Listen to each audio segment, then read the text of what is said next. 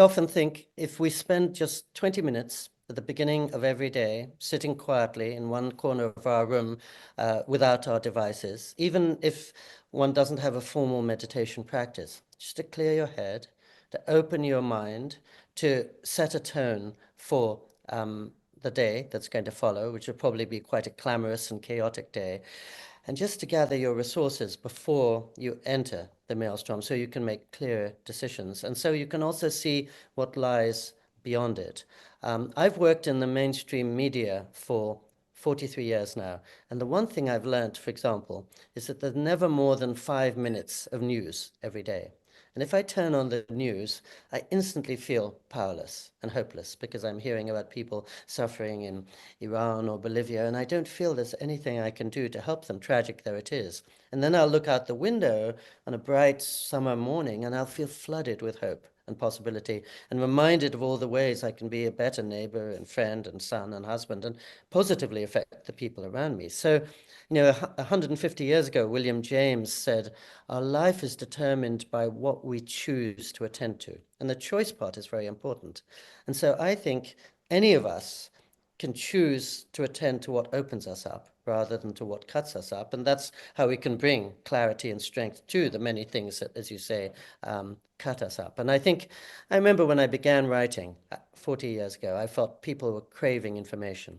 And now I think people are craving freedom from information. You and I and most of the people listening to our conversation have more data than we know what to do with. What we don't have is a time and space to make sense of them. And I know I kind of startled you a little before we recorded our conversation by saying, for example, as a busy journalist who travels a lot, I've never used a cell phone. And there are certain things that are more difficult because of that.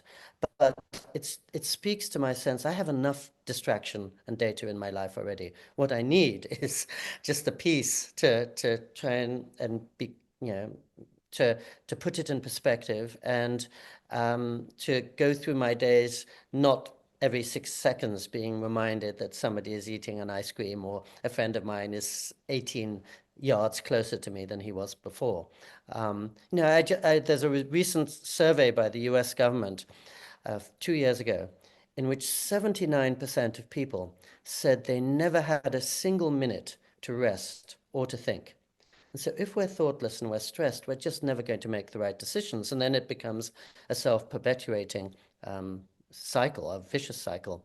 And I think my prejudice is always that humans were never designed to live at a pace determined by machines. And the only way we could do that is by becoming machines ourselves.